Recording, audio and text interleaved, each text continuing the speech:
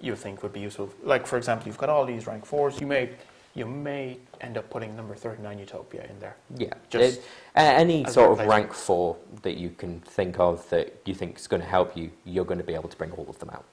That's the general rule, basically. And rank 4, arguably, has the best toolbox. It has the most powerful cards. The only thing that I can think of rival is pretty much going to be with rank 3s, which is what Burning Abyss use a lot of as well. So you've got a massive toolbox there that you don't really need.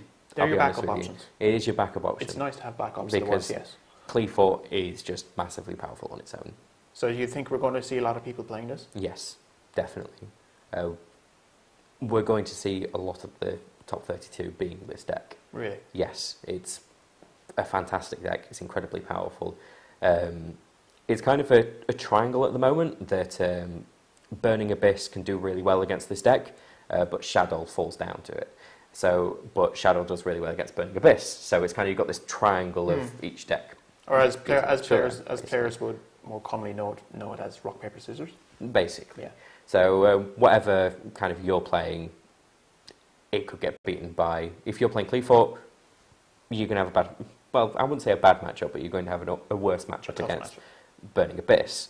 If you're playing Burning Abyss, you'll have a tough matchup against Shadow, and if you're playing Shadow, you have a tough matchup against this deck. So it's a case of playing the odds and maybe predicting that if there's going to be a lot of Qliphort at this event, I'm going to use the counter to that. Yeah, it's literally going to be a game of side deck. Game of side deck, game of prediction. Yeah, for this entire tournament, to be honest with you. And I bet some of the top players in Europe would have been looking at results from regional qualifiers in Italy. Yeah. Because we're in the middle of our regional WCQ regional season at the moment, for people to get qualifications for the European Championship next year. Yeah. So a lot of the forums and a lot of the community groups will be posting results of their events, and the more meticulously prepared duelists would be looking at all the Italian events and going, there's a lot of Burning Abyss at this, so I'll play this. Or there's a lot of Qliphort that's winning, I'll play this. Because at this event, we're going to have a lot of Italian players, more so than at any other tournament. And if all of them are playing Qliphort, then you know what you're going to expect at this tournament. Yeah, definitely. It's such a fun deck to play as well. I'll be honest with you. It's been a long time of me testing all of the decks that are currently in the meta, and this one and Yangzing are my two favourite to play. Yeah. Out of the two, just because it's literally a case of bringing out big monsters very quickly, and you always like to see big numbers. Basically, it is literally a case of summoning a bunch of monsters on one turn. It is fantastic, and it's nothing makes you feel like Yu-Gi-Oh! Other than just having the big combo. Yeah, and just to use a really, really bad pun, it is clearly going to be a very good deck. I had to get that one out. You had to get that one out. All right. You can only use it once. Fine. I'm joking. Okay, so other than that, I think that's everything that we can say about Qli at the moment. Yep. So thank you very much for watching, and enjoy the rest of the YCS. Have fun.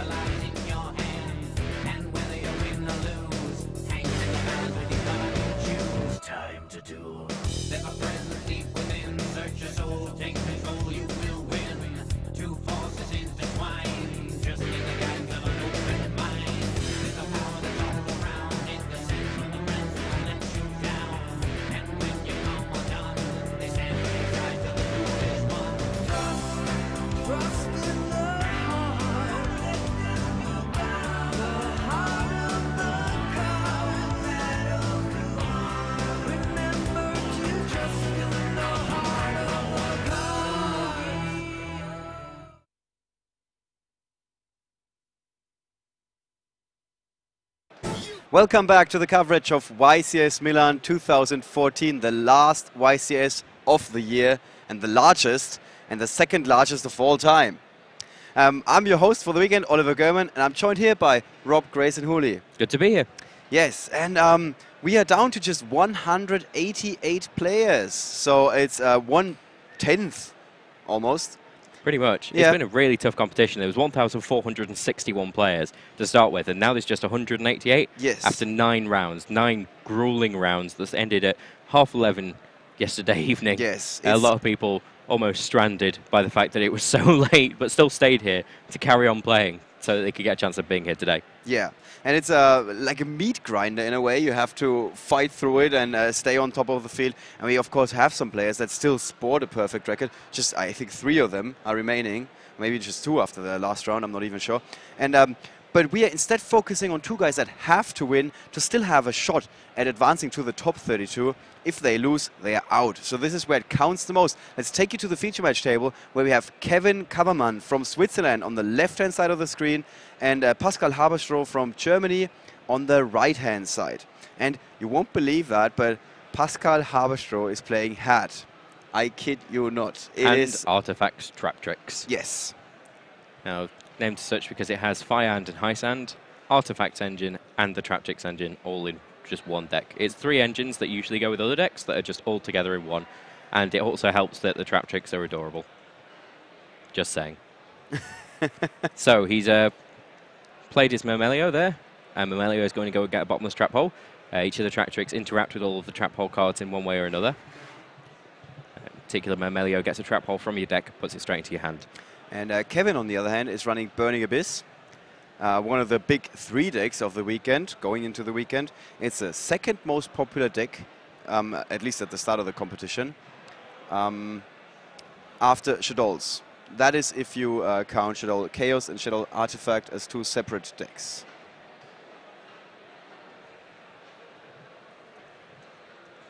All right, let's take another look at Pascal's hand here.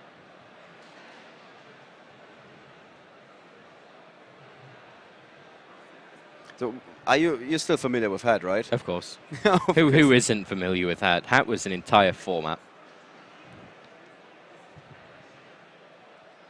So he set basically everything there, including the morale tag. Now, people right now are saying, don't set your morale tags, that's a terrible idea. But looking at it, he's got a double Cyclone face down. So essentially what he's now going to be able to do is he'll be able to destroy his own morale tag and destroy one of his opponent's cards to be able to summon that morale tag. Yeah, so the drawback of the card that you have to destroy one of your own monsters is actually an advantage for him. And let's take a look at Kevin's hand. Now he's got a graph in there. Phoenix Windblast, Karma Cut, Mystical Space Typhoon, Fire Lake, and Fire Lake.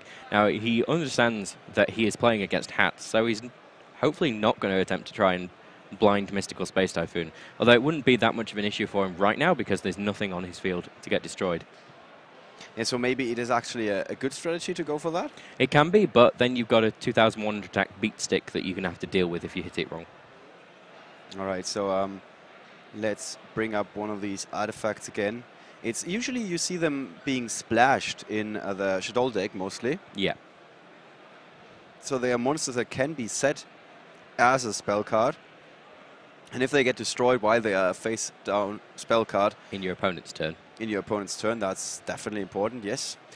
They trigger and their effects is going to special summon them, and then they do something in case of Molotov, which is the most popular one. Yeah, it's the most used card. It's actually arguably one of the most useful. Essentially, what it does is it destroys a monster on your opponent's side of the field.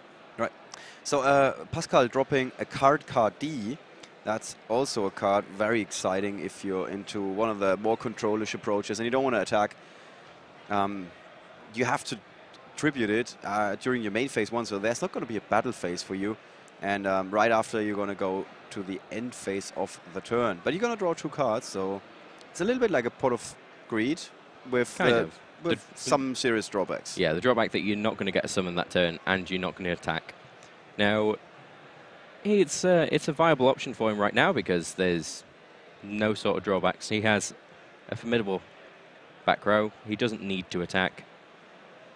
He's in a very good position. That's the first card. Second. And what about these fire lakes that Kevin has drawn into? He doesn't want them this early in the game, does he? Well, it's kind of completely useless. He doesn't have the two... Actually, he's kind of locked himself out with that as well. He doesn't have the two Burning Abyss monsters to be able to use them, and now he can't special summon his Burning Abyss monsters either. Because he has Spell Trap cards. So Pascal is sitting in a good position. He did draw into 2 more cards with this card D.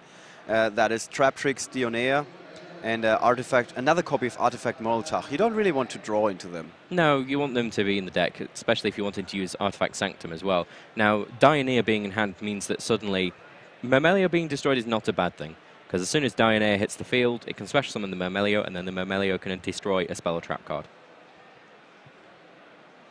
And of course, all being unaffected by whole cards, it's quite good. Now, that is not the card that he wanted to see. He's targeting one of the face-down spell or trap cards. He doesn't want to destroy it. This is the Phoenix Wing Wind Blast that sends a card from your opponent's field back to their deck. So they are, in a way, they are losing a turn. Yeah. And I'm not quite sure what that was that got sent there. There's a chance it was the Moraltach. It's possible. And if it was, it's not a big loss. No, definitely not. So normally these cards, they haven't been very popular, Phoenix Wing Wind Blast and Karma Cut, because you have to discard a card.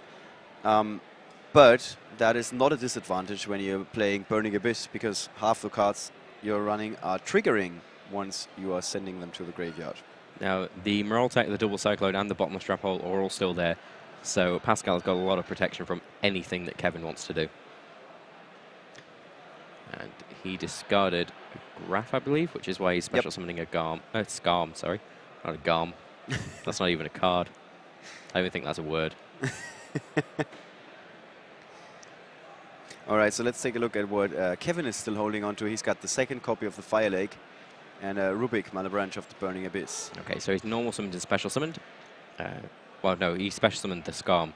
Yes. Graph's effect, now he's normal summoning Rubik. Exactly. Now, looking at it, what he's probably going to go for here is a Synchro Summon. Yep, with Virgil. Yep.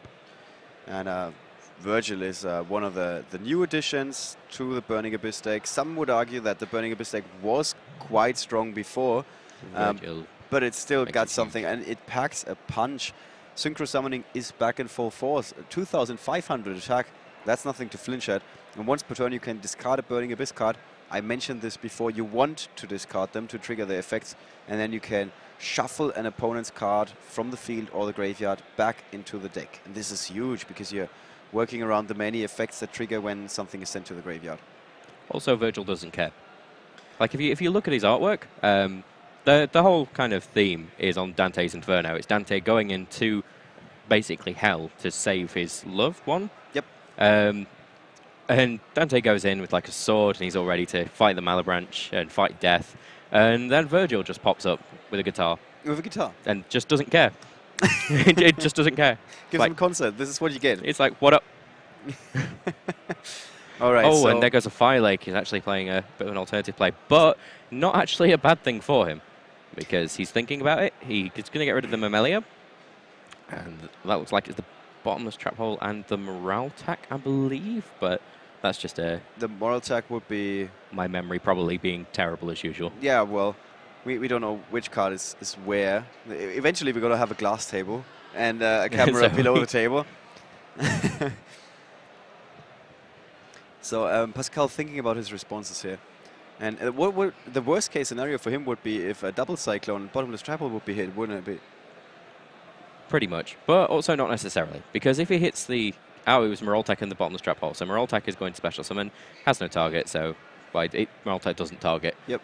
So no need to use his effect.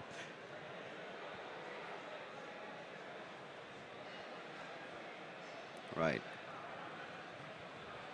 So Kevin still has that one more Fire Lake of the Burning Abyss in his hand. And it's not helping him because he's just got rid of 2 of the cards that were really going to help him. Now, he's got the option of bringing out a Dante next turn if he uses that Scarm to go and get a Toll Guide. Which wouldn't be that surprising. It's the play. There really isn't much else that he could do there. All right, let's. He's got, in fact, Torg Guide is the top card of his deck. Really thinking about it. In fact, what's he got in the... Oh, well, he does have a Karma Cut, so if he's wanting to discard one of his Burning Abyss, he might be able to make some alternative plays there. So Pascal is holding on to Soul Charge, a card that has made allowed a big play yesterday when Sona Günger was going up against Oliver Lukenda, and Oliver was almost defeated with just having a Herald of Ultimateness, and then he draws into the Soul Charge, pays 4,000 life points, brings back 4 fairies, and after that, Sona was suddenly staring down a huge field. Interestingly, he went for the Graph there, which... I'm not quite sure why he would have done that. Maybe he's wondering if he'll draw into another Burning Abyss. He could discard it for the Karma Cut, allowing it to special summon, but then he's just sat with 1 monster on the field. Really depends which Burning Abyss he goes for. Right, so Pascal did draw into Vanity's Emptiness, and that goes face down immediately, which is not that surprising, I think. There is the Mystical Space Typhoon as well. Now, Dioneer is going to go and get Mamelio. Mamelio's effect will destroy his face-down spell or trap card on his opponent's side of the field. Yeah, you get double value out of that card. It's also one of the pillars that the Hat deck was built on. Interestingly putting in defense there. And I wouldn't be surprised if we see an Exceed summon. Mystical Space Typhoon, getting rid of that Vanity's Emptiness that's just been set. Oh, actually, he did not set the Vanity's Emptiness. Yeah, he still has it on his hand. What's that he set there? Did he set another Artifact Morale tag? I think, yeah. Ooh. And he uses the double Cyclone. So this is bad news for Kevin, isn't it? Yes, he's getting rid of all of the cards that he's got down. I believe he's probably going to try and chain that Karma Cut. Yeah. He's going to have to, otherwise there's going to be a big Xyz monster staring him down. Even with that chain, he's going to there's going to be an attack incoming from Pascal. Now, he's got a Graph now in hand, so this is what he was setting up, actually. He's set it up so that he's going to have some sort of defensive wall. I mean... Okay, and the Dioneer's gone, which is an interesting choice, actually. Personally, I would have gone for the Mamelio, because if the Mamelio is back in the graveyard, it sets you up to special summon a Dioneer and just pop something else. I mean, Dioneer's effect is when it's special summoned, you can take a trap hole card from your graveyard, put it face down, but it's removed from game at the end of the turn.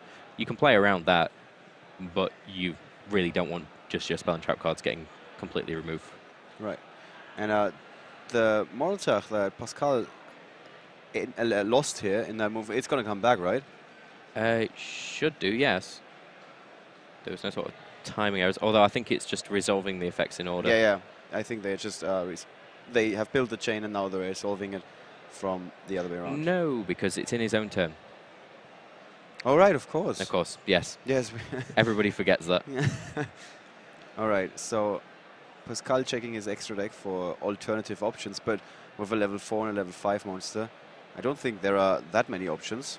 No, none from his extra deck. What's he got in his hand there? Oh, he has the Soul Charge. He has the Soul Charge. So maybe he's thinking, do I Soul Charge for... Well, there's nothing in his graveyard now because I couldn't remove from play as well. But how important is it for him to get rid of that Graph? That's Seer, sorry. It's better if he wasn't going to the graveyard, because it's just going to turn back into a Graph or into a Skarm. So he doesn't need to attack? He doesn't need to. It's not really going to help him, but it's also not going to hinder him. It's just whether he wants there to be a Seer or another Burning Abyss on the field right now. All right, so Pascal opting not to activate the Soul Charge, it appears. There's no actually targets in his grave, other than the morale tag. He could have actually bought out a Durandal, and that would have been devastating. If he's actually running it. As I say, we don't actually have his deck list in particular. So, but he does have the Vanity's Emptiness, so I don't think he minds his opponent having the Seer on the field here, because there's not going to be like a Dante or something that's going to cause him too much troubles with the Vanity's Emptiness in the back row. That is true. And also, if Kevin attempts, he did draw into a Seer, another copy of Seer. If he special summons it now, he's not going to get any value out of it. Not at all. Well, he could just normal summon it, of course. So he at least gets the second effect if it ends up in the graveyard. And it wouldn't, because Vanity's Emptiness. Yes, that is true. Vanity's Emptiness, the card of the format. Yeah, it probably is. So this appears like the normal summon. It looks like he's probably going to try and take out the Mammelio just to stop any sort of... I think that Pascal is going to flip the Vanity's Emptiness here. Yeah. He doesn't. Okay, interesting. What is the logic here? I'm not too sure. He could be sending the Seer and then trying to activate it from there. Okay, Alec doesn't really do much because there's no real effects that he wants to negate.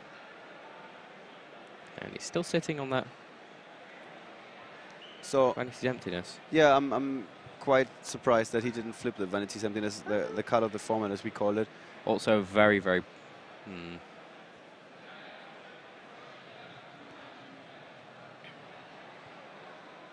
So he could have denied his opponent the Exceed summon of Dante.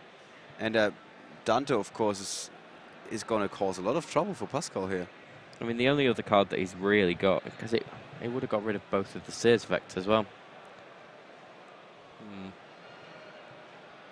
So the Fire Lake of the Burning Abyss that Kevin holds onto is it's not a life card at this point in time, but he does have the Dante to threaten his opponent. And Okay, special summoning the Skarm using Sears effect. now the Fire Lake would be live. And you can't help but wonder, like, I'm still puzzled by not flipping Vanity's Emptiness. But Pascal doesn't appear like he's unhappy with his play, that he's like, oh, I just missed something. He still looks focused from what I can tell. And very surprising. Maybe he has some ulterior motive, some game plan that I can't quite make out here. So he does have the Soul Charge he just drew into. Is that a warning? Yes. That's a solemn warning. Solemn warning. It's a little too late for that. He's going to have his entire field basically cleared by that Fire Lake. Yeah, if he would add a third card, right? If he just stays on 2 cards, he's fine. Because there are not enough targets for the Fire Lake. Or is it up to 3? It's up to 3. All right. Okay, so There's there the is the Soul Charge. Maybe he was thinking of activating the Soul Charge anyway the following turn. So he did not want to activate the Vanity's Emptiness because it would restrict himself from... It would prevent him from using the Soul Charge. Very possible. Now, it depends whether... If Kevin doesn't activate the Fire Lake right now, then they're going to turn into a Durandal. And then Durandal is going to negate Fire Lake. And I think Kevin is aware of this. I would be surprised if he won. I mean, he was immediately going for the Fire Lake, and there it is. Taking out both of the artifacts, the Molotachs, and possibly the back row card. It's not... Yes, he's taking the back row I card. think that is the right choice.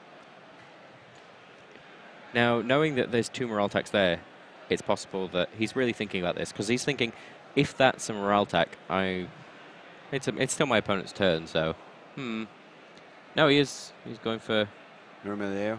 Mermelio and Moraltac, so Moraltac's still going to get an attack in there. Although a Seer and a Dante just went to the graveyard. Yeah, so Kevin, even if he would end up taking some damage here, he definitely would not mind. So let's bring up Solemn Warning one more time.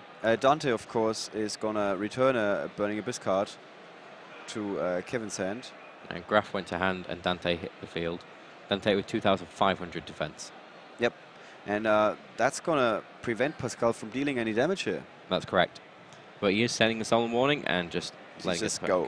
And the Skarm allows Kevin to also search for his tour for guide. a tour guide. So wouldn't be surprised if tour guide comes down and if The it would be Solemn Warning. met with a Solemn Warning. Yeah. All of that seems to be the writing on the wall here. So yeah, maybe that was the plan from Pascal all along, to use that Soul Charge the following turn. Yeah. I'm still not entirely convinced if it was the right move. I think he was in a commanding position, denying your opponent his special summons. Although looking at it, what could have happened was he plays the Vanity's Emptiness to stop a special summon. But then Seer could just attack straight over from Amelio and get rid of the Vanity's Emptiness, and then he just makes his play anyway. If he kept it back there, then... So now two copies summoned. of Dante on the field for Kevin.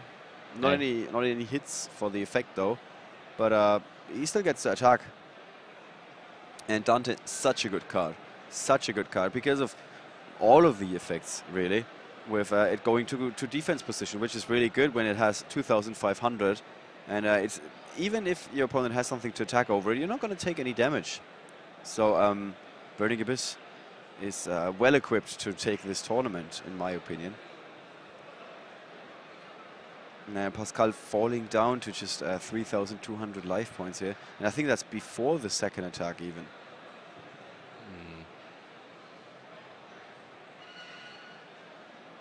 All right, players they appear to have either it's a minor disagreement with the life points or they're just calculating together. I think that's it. And there we go. I think our judges were just a little bit faster. They were like, yeah, it's got to be 3,200. Yeah.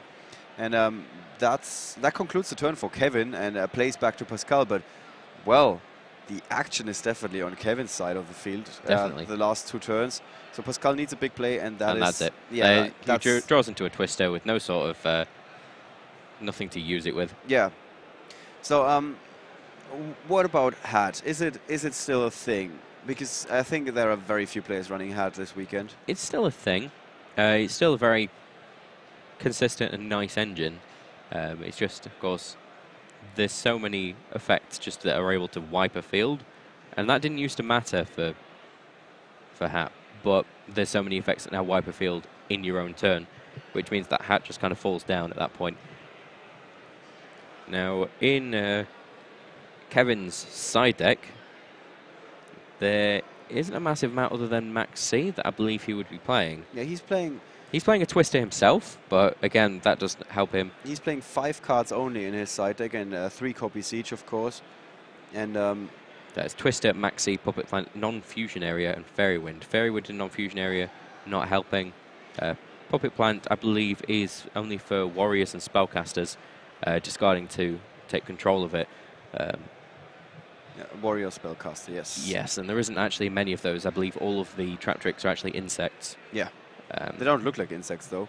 But I think it's mostly because the artwork is the plant in the back, the insect in the middle of the plant or something. Yeah, if you actually look at Trap Tricks, Trap Hole Nightmare, you understand what they really are. It helps you to make sense of what you're seeing on those cards. Yeah.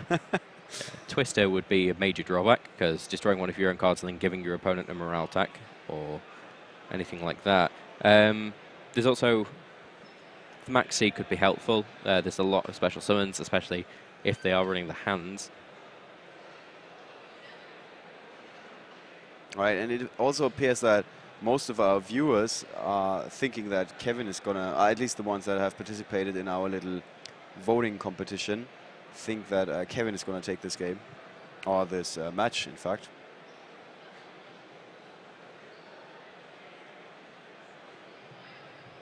And you guys can also vote. You just have to type the chat command vote after exclamation mark, and then the name of the player. So either Kevin or Pascal. All right, so both of these are, or at least Kevin is more than ready, it appears, for the second game. Pascal is still thinking about his options here. Looking at Thunder King Ryo, thinking if it's worth it. He's just dropped an artifact ignition, I believe.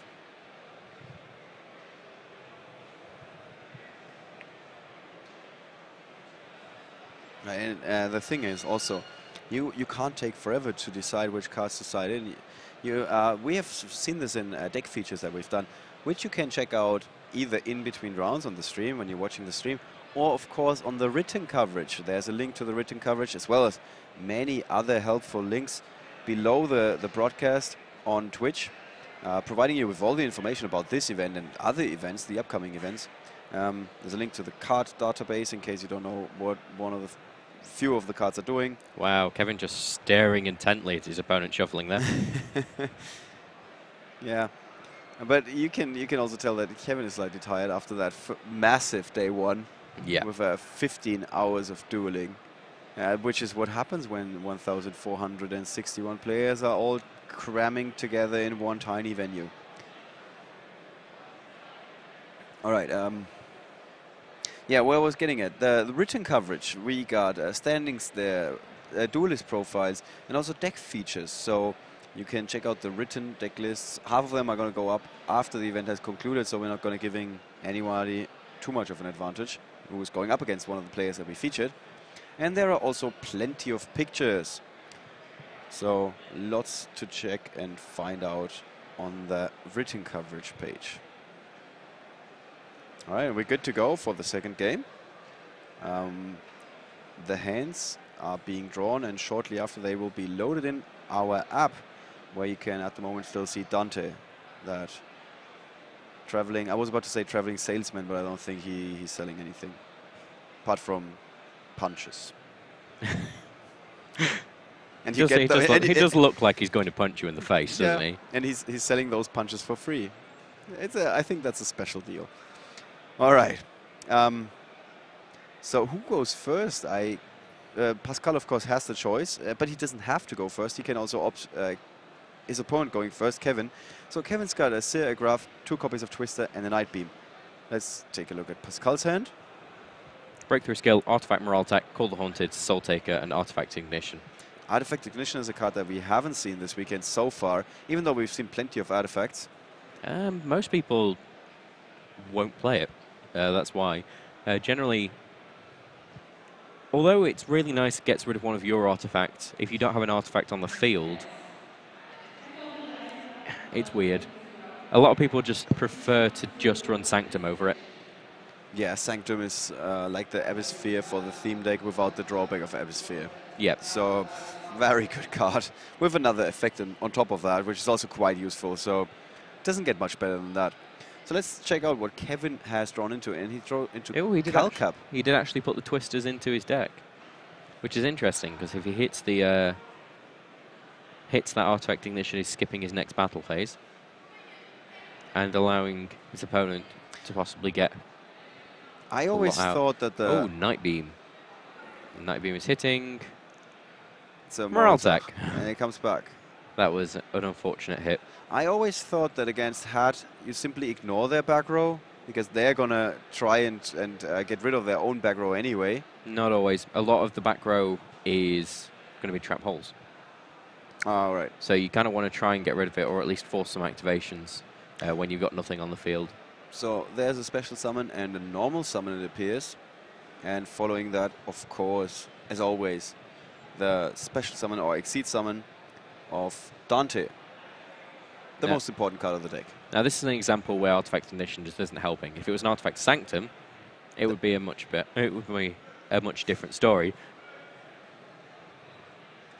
Because there's now nothing on his opponent's side of the field to destroy. He'd have to destroy one of his useful cards, such as Breakthrough Skill, which I believe he's going to be playing there. Yeah, and also Pascal does have 3 cards in his back row, so Kevin might be like, what am I looking at here? And I believe he still has to send cards from the top of his deck because that's a cost. Is that correct? Let's check Dante's effect one more time for you guys. I think that's part of the effect resolution, but you can detach and choose a number, then send that many cards from the top of your deck to the graveyard. No, it's not a cost. It's a part of the effect.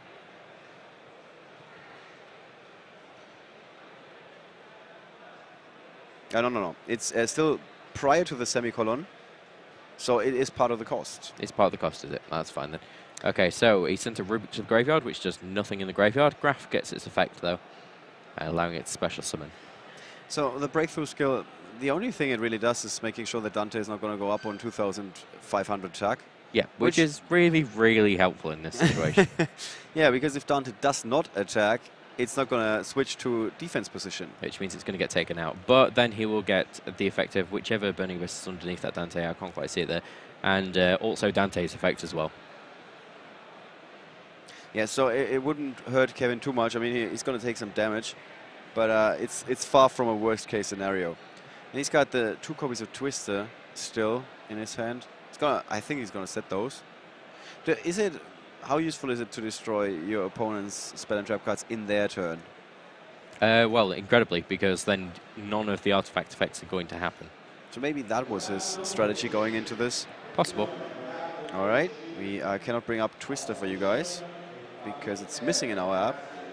Now, Pascal does have Soul Taker in his hand as well. Let's see if we can see that.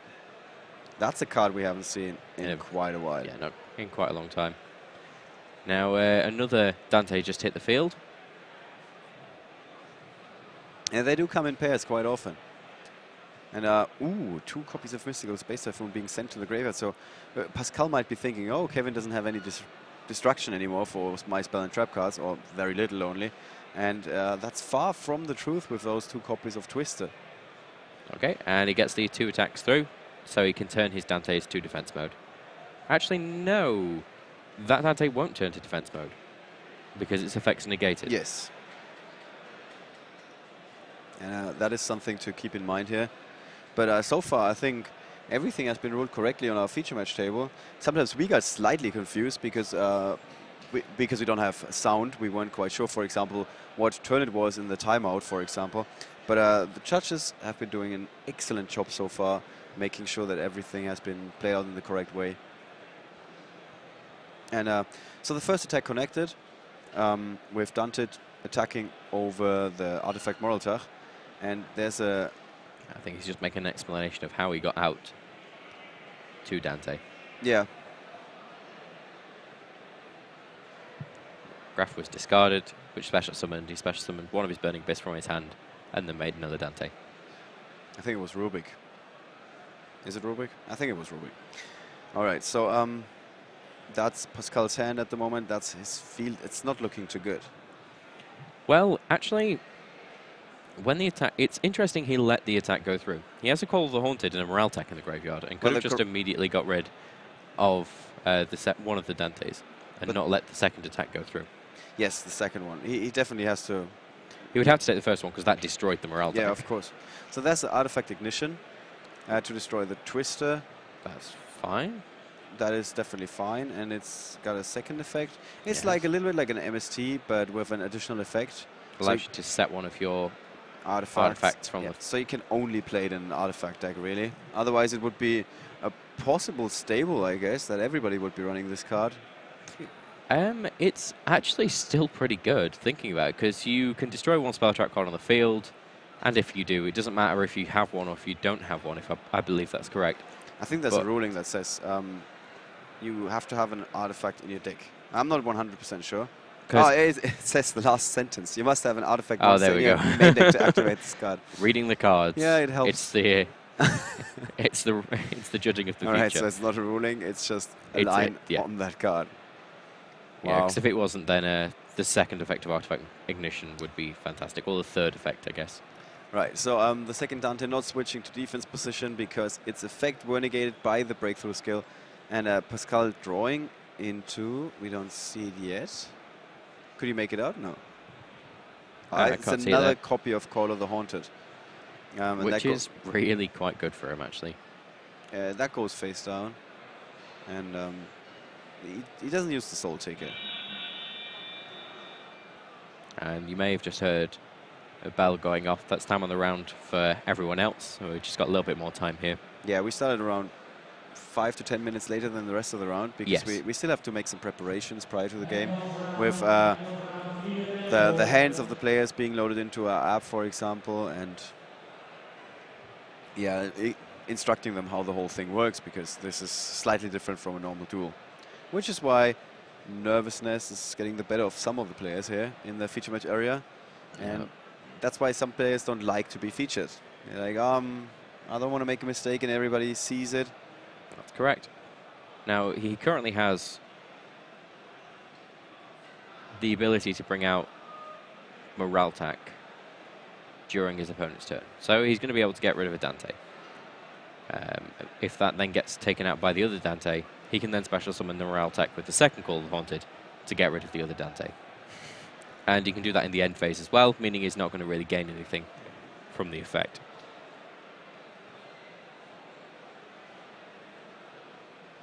So a big I believe question that's here. a Calcab that's just happened there. Yep. So Pascal is now. Do you know what the card in the middle was? Is it the Artifact Scythe? Could very well be. I think the calls were on the left and on the right. And in the middle, I think it was the Artifact Scythe.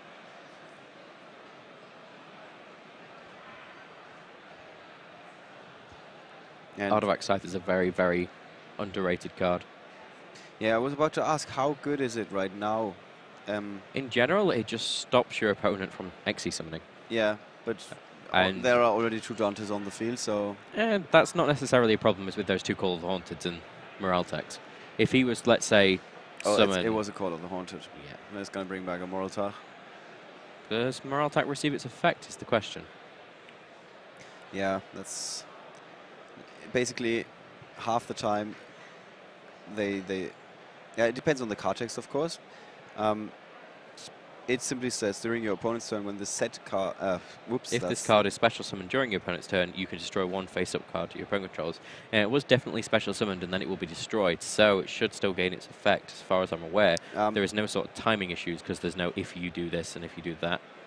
Now, I think the thing is that after it was special summoned, that's the last thing that must have happened at the resolution of a chain for him to activate the effect in a new chain. That's possible. Yeah. And this is the question that they have directed to the judge here, who's come over again, Paul Race, and he's now listening to both players' accounts of what happened, and yeah, checking the effect of that Rubik. It was That's Calcab. Calcap. Yeah, he's trying to return that Call the Haunted back to hand. They're just discussing the ruling. Let's see what they ruled in favour of. It appears that, is Paul looking up the card text, or is he already certain of what's happening? It's possible he's looking at the card text. Nope, they ruled in favour of Moraltech. Not Still. missing the timing. Yeah. All right. So there goes 1 Dante, and it triggers, of course, allowing Kevin to return any of the many Burning Abyss cards in his graveyard to his hand. Call of the Haunted there. Extremely good in any artifact deck. I think Pharaoh's Servant was the set that this card was first released. Yes, a long, long time ago. Yeah. 10 long years of Yu-Gi-Oh! 10 good years, I want to add. All Okay, right. so he's special summoning there. Interesting. Call the Haunted still should have returned to hand, I'm sure. Although, no, sorry, Calcab is set spell or trap card. So, yeah, he is correct in that. Now, this is possibly an unfortunate end. So, Virgil, the rock star, the man with the guitar Yeah, that we he's talked about earlier, the guy that just doesn't care. has hit the field. He's also the Season 2 Regionals mat for Europe.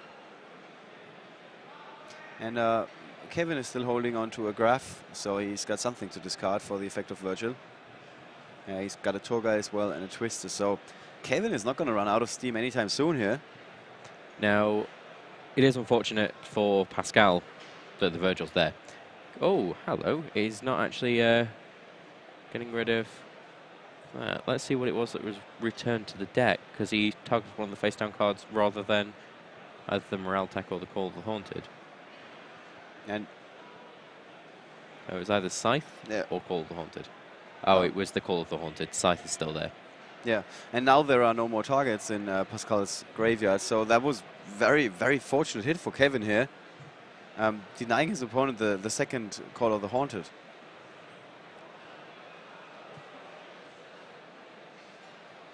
And this is looking very promising for Kevin, in my opinion, which is also what the majority of you has been voting for.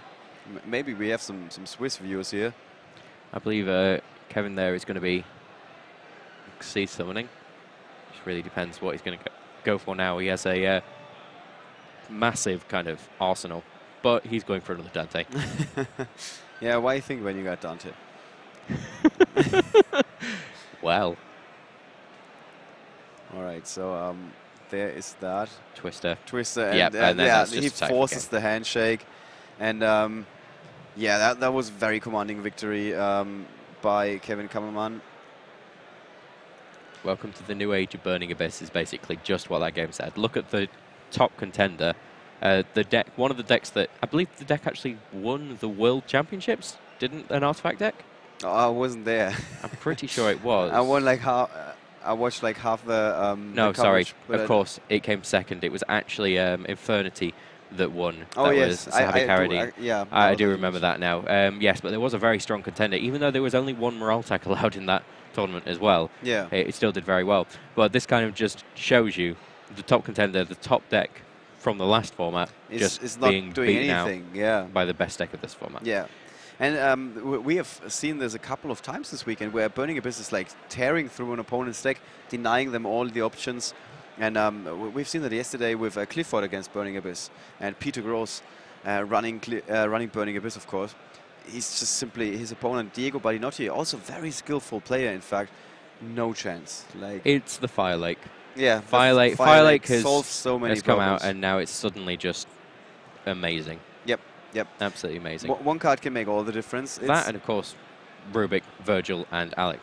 Four cards can make the difference. Yeah, they all came out in The new challenges. So that's why suddenly we've seen a shift from Shadow and Burning Abyss just kind of taking the lead. That is true. Speaking of shifts and the metagame, we can bring up the metagame breakdown for you guys one more time. You can also check that out if you want to take the time and sit back and relax a little bit on the written coverage. But let's bring it up here. So as you can see, that Shadow is in fact the most popular deck, but only if you Add the Chaos and the Artifact version together. Yeah. And then second to that is Burning Abyss with 23%. After that is Clifford, which was one of my personal favourites to do very, very well in this particular tournament. Right. Then we got Satellanite, who are still doing quite well as far as I'm aware. Yeah, every once in a while we come across a Satellanite player among the top tables.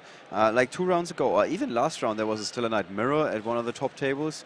Otherwise, that would have been a great match to feature. We always try to present you different decks, not just one deck going up against itself, so to speak.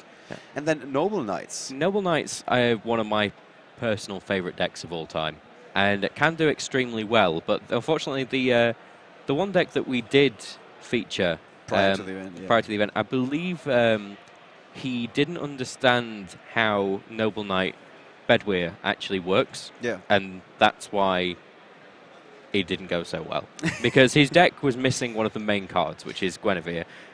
Which is basically an equipped monster, a noble arms monster that can equip from the graveyard. From what I can see and from what I was talking with the judges and the people at the table, he understood that Bedwyr equipped spell cards from the graveyard when it specifically says that it changes targets on the field. Right. Which is why the deck wasn't very consistent. So Noble Knights are good if you build them correctly. Yeah. That's a big question you have to ask yourself. Am I more of a player or am I more of a deck builder? Peter Gross, one of Europe's most successful player when it comes to the YCS, he himself said he doesn't think of himself as much of a player. He's more like the deck builder. Yeah. And half the time, this is something that we have been asking players all weekend long. How did you prepare for this event? And like 90% of the guys that did well said, I've been preparing so much, and this has proven crucial for them. This is why they are where they are. Yeah. All right, we're going to take a very short break, and we'll be right back with Kevin Kammermann, the winner of this round, who's still in competition, could still lock himself up for the top 32. So don't go anywhere, just watch a short commercial of Yu-Gi-Oh! 6L, and then tune back in. Definitely.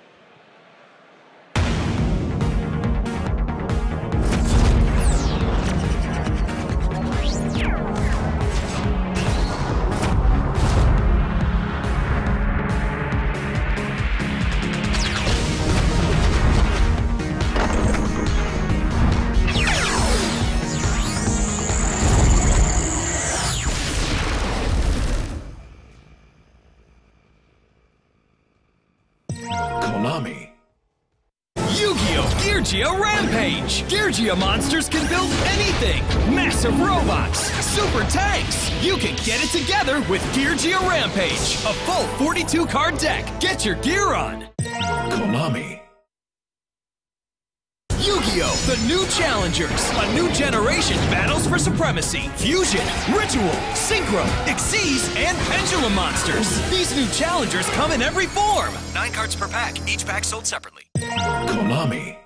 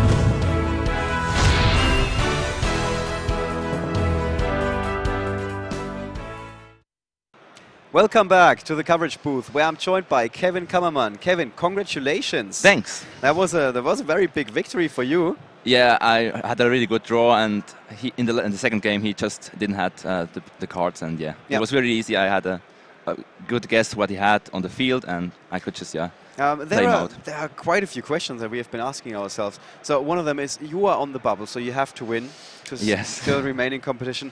What is it like to sit down and then you learn that your opponent is playing hat? Well, since I was on the bubble since like the second, what was it? Like I was 1-2, I guess. I'm not quite sure anymore, but I was on the bubble the whole tournament. So I was paired against a lot of rogue decks, and funnily, my 2 losses were also against rogue decks, against Noble Knights, which were really good, and also Evil Swarm, which I should have a good matchup, but he didn't draw the right cards, maybe. Can happen. So I just was quite relaxed, because I know if I lose again, I'm out. But then I started winning. Yep. I was paired against Burning Abyss decks, and I just could beat them really easily. Not really easily. I don't want to be mean to my opponents, but then my luck started to kick in. And okay. So you said at first you were pretty relaxed. Are you now nervous again, or are you still relaxed? It's just one more round. Well, I came here today and just said, well, I play all the 3 rounds, so I mean, it's just 3 rounds. No matter what happens, yeah. All right, but you, like I said, if you win one more round, you're going to be in. I hope so, yeah. Yeah. What about your Burning Abyss deck? Are you happy with the choice? I was a little bit frustrated when I lost 2 times at the start, but now I'm pretty convinced that it's the right choice. So all right. Of course, you are familiar with hat, because it was a very big contender in the last. And I played it at the Swiss Championship, so I know it. Yeah. Yeah. So that's not a big deal. What was your siding plan? We weren't quite sure if Twister is the right choice against hat. Well, my side deck yesterday and today, it was really bad, because I was paired against the rogue decks. Yeah. So and I never played against Shadows, and my side deck has cards against Shadows, Burning Abyss, and Cliffords. And the only cards I can board against the rogue decks, or decks that can board the floodgates, or have the Vanity's Emptiness, it's just like Fairy Wind and Twister. And I guess Twister is a little bit better, because I can chain it and play it on my turn. And as you saw, it brought me the victory. It was actually doing quite something. That is true, yes. All right. You came here from Switzerland. Yeah. How did you prepare for the event? Did you test in Switzerland together with your friends? I did not that much testing with this deck, because I hadn't had all done tests and the virtuals, so I didn't quite know what I wanted to play, because, yeah. But then I sat together with Marcel Burri, and he came in second at the European Championship, of course, yes. So you should know him. And yeah, we just built the deck, and my side deck was just put together. Like, it's All right. like 5 different cards. So yeah. This is one of the easiest to reach tournaments for you guys, right? It's just Yeah. like 1.5 hours when you're No. out of Switzerland. Yeah. Once you're out of Switzerland. Once you're out of Switzerland, but you just have to go through the whole Switzerland. Okay. In Which your case. doesn't sound like a lot, but still, yeah. All right. One last question. What is it like, the Swiss community? Tell us a little bit about them. Well, it doesn't have a lot of events. It's just like a local store tournament, which is kind of, it's still good, but we would like to have bigger events. I guess, I hope there will be some tournaments coming. I don't know. But as you can see, I don't know, it's like 74 Swiss participants in this tournament right now, which is a lot. I think you're number I was impressed, 5 in the country breakdown, something like that. Yeah, so I also played against 3 Swiss guys. Whoa, okay. That is not that cool, right? When you're It's not, but I didn't know, I only know one of them. okay, so you're still making new friends. Oh, yeah. All right. Which was kind of nice, yeah. Well, thank you so much, Kevin. Good luck for the last round. Thanks, yeah. Before the top 32, and we would, well, love to see you again there. I hope so. You guys, we're taking a slightly longer break, of course, until the next round starts. Although you heard the